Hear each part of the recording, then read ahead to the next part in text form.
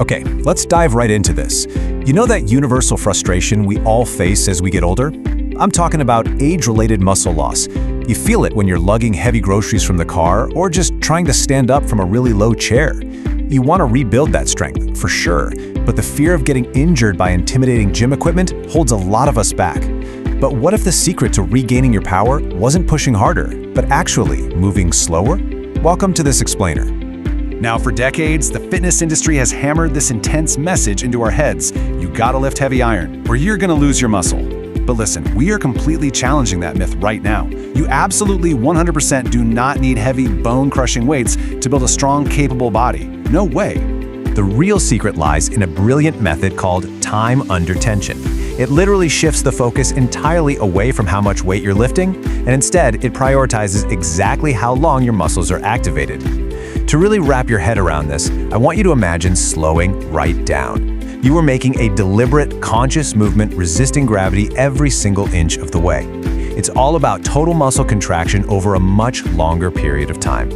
And check out this number, 30%. Research actually shows you only need to use 30% of your absolute maximum lifting capacity to see significant muscle gains with this slow method. Let's put that into perspective. If your absolute maximum bicep curl is 30 pounds, you literally only need 10 pounds to trigger real growth, as long as you move slowly. This instantly lowers the barrier to entry, making strength training accessible and, most importantly, super joint-friendly. And the data absolutely backs this up. In a fascinating University of Tokyo study, older adults who used low-intensity, normal-speed movements saw a tiny, barely there 1.1% increase in muscle size. But the group doing the exact same low-intensity exercises, just with slow, deliberate movements, they experienced a massive 5% increase in quadriceps size. That is huge. Longer tension literally equals significantly more muscle. So how does this actually work in practice? Well, Harvard Health breaks a slow repetition down into 3 distinct phases. First up is the concentric phase. That's when you're actively pushing or lifting the weight. Second is the isometric phase, where you pause and hold that weight dead still. And third is the eccentric phase, where you agonizingly slowly lower it back down. A single repetition might take 8 full seconds. By completely stripping away all momentum, your muscles are forced to do 100% of the work. The best part? You don't need some massive, complicated leg press machine to actually do this. A simple, highly controlled chair squat right in your own living room works perfectly for everyday functional mobility. Imagine standing in front of a sturdy chair, lowering your hips for a slow count of 4, pausing, and then slowly pushing back up.